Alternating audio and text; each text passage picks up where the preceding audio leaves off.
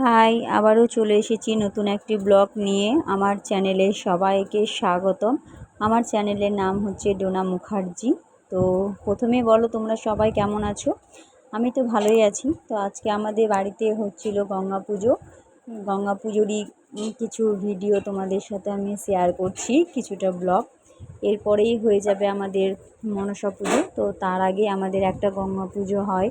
আমাদের এই গঙ্গা পুজোর মাহাত্ম্য হচ্ছে যে আমার শ্বশুররা হচ্ছে 3 ভাই, সবাই এই ঘাটে বসে।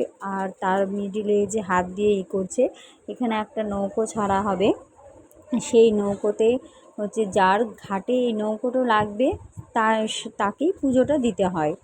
এটা আমাদের পূর্বপুরুষেরই নিয়ম চলে আসছে প্রথম থেকেই।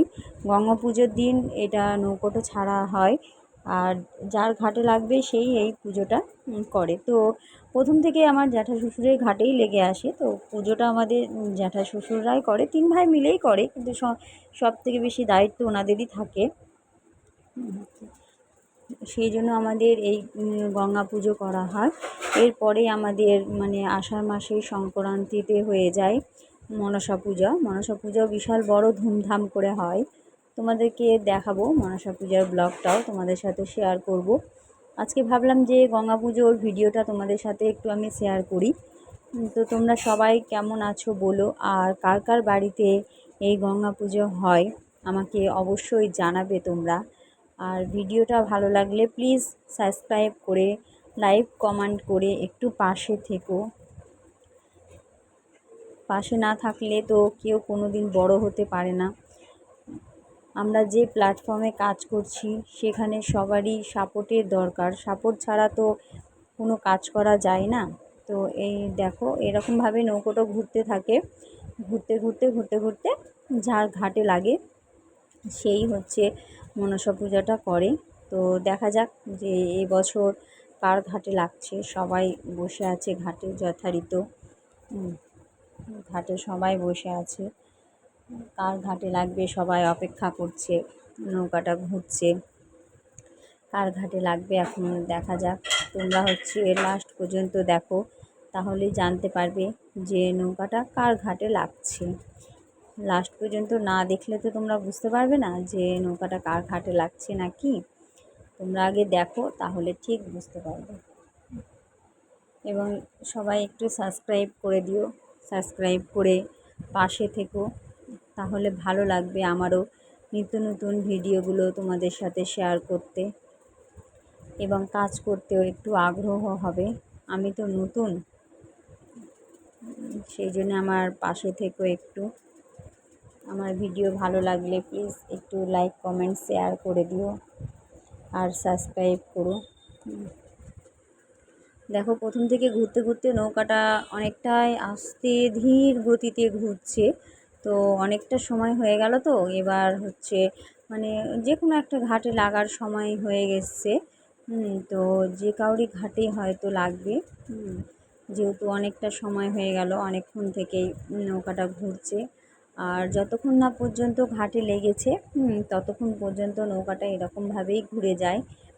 ঘোরার পরে তখন আস্তে আস্তে যে কোনো একটা ঘাটে তখন লাগে। এবার যার ঘাটে লাগে সেই তখন নৌকাটাকে মাথায় নিয়ে তার বাড়িতে নিয়ে গিয়ে রাখে। প্রত্যেক বছর এই জিনিসটা হয়ে আসছে আমাদের বংশে। বলতে গেলে এটা বংশ পরম্পরা ধরেই চলে আসছে। আমার বিয়ে হওয়া মোটামুটি 11 বছর হয়ে গেল। আমি 11 বছর ধরে এই নিয়মটা দেখছি। তোমরাও দেখো। এটা আজকে আমাদের গঙ্গা পুজো হচ্ছে। গঙ্গা পুজোর পরেই আষাঢ় মাসের সংক্রান্তিতেই হবে আমাদের মনসা পুজো। মনসা পুজোর ভিডিওটাও তোমাদের সাথে আমি শেয়ার করব।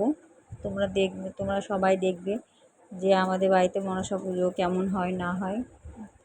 তোমরা সবাই দেখতে পাবে তখন কত সুন্দরভাবে আমাদের বাড়িতে মনসা পুজো হয়। সকালের ভিডিওগুলো আর তোমাদেরকে আপডেট দিইনি, কারণ যে সকাল সকাল ঘুম থেকেই উঠে পড়েছিলাম। আজকে উঠে সমস্ত কাজটা সেরে নিয়েছিলাম, রান্নাবান্না কমপ্লিট করে নিয়েছিলাম, বাচ্চাকে স্নান করিয়ে নিয়ে খাইয়ে দাইয়ে রেডি করে নিয়েছিলাম। আর আমার বড় ছেলে রীতিমতন প্রত্যেক দিনের মতন যেমন স্কুলে যায় সেরকমই স্কুলেই গেছিলো, কারণ যে আজকে একটা পরীক্ষা ছিল, যার জন্য বড় ছেলে বাড়িতেও ছিল না।